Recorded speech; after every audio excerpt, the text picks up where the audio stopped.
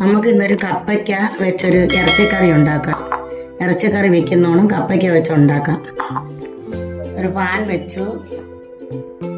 Pan വെച്ചിട്ട് chicken കറി വെക്കുന്നോണം തന്നെ pan വെച്ചിട്ട് കടുക് ഇടുക. കടുക് പൊട്ടുന്നിടം വരെ നമുക്കൊന്ന് വെയിറ്റ് ചെയ്യാം. ഇനി മുളകിടാം, ഒന്ന് ഇളക്കാം. ഇനി ഉള്ളി, ചെറിയ ഉള്ളി അരിഞ്ഞിടാം.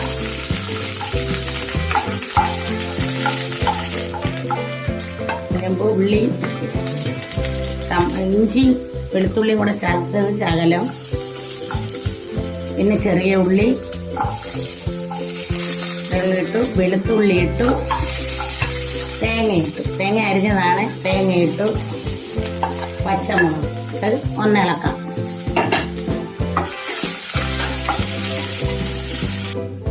നമുക്കിതിന് ചേർക്കാനുള്ളത് മുളക് പൊടി, ലേശം മല്ലിപ്പൊടി, മഞ്ഞൾപ്പൊടി, ഉപ്പ്, ഇച്ചിരി മീറ്റ് മസാല, ഇത്രയും കൂടി ഇട്ട് നമുക്ക് കപ്പയ്ക്കകത്ത് ഇളക്കാം. ലേശം കുരുമുളക്,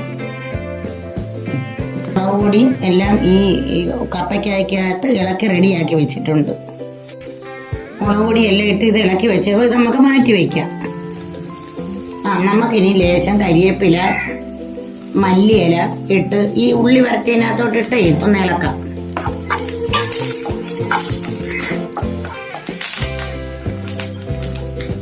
നമുക്കിനി ഒരു തക്കാളിപ്പഴം അരിഞ്ഞാൽ അതുകൂടി ഇടാം.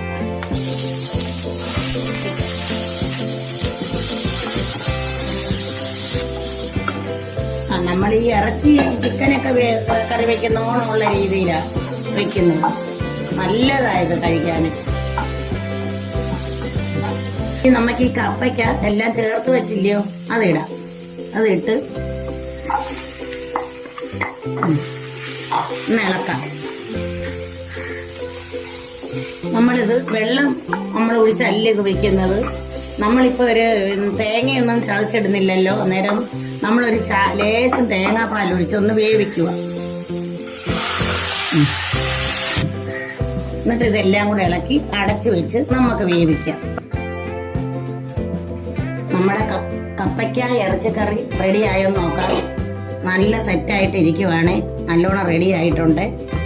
ചില നാട്ടിലൊക്കെ ഇതിന് ഓമയ്ക്കെന്ന് പറയും. ഞങ്ങൾ ഓമയ്ക്കെന്ന് പറയും. 2 പേരുണ്ട് ഇതിന്. ആരോ മഹാന്മാര് ഓമനപ്പേരിട്ടത് ഓമയ്ക്ക. എല്ലാവർക്കും ഇഷ്ടപ്പെട്ടെങ്കിൽ ഇത് ട്രൈ ചെയ്യണം, സബ്സ്ക്രൈബും ചെയ്യണം എല്ലാവരും.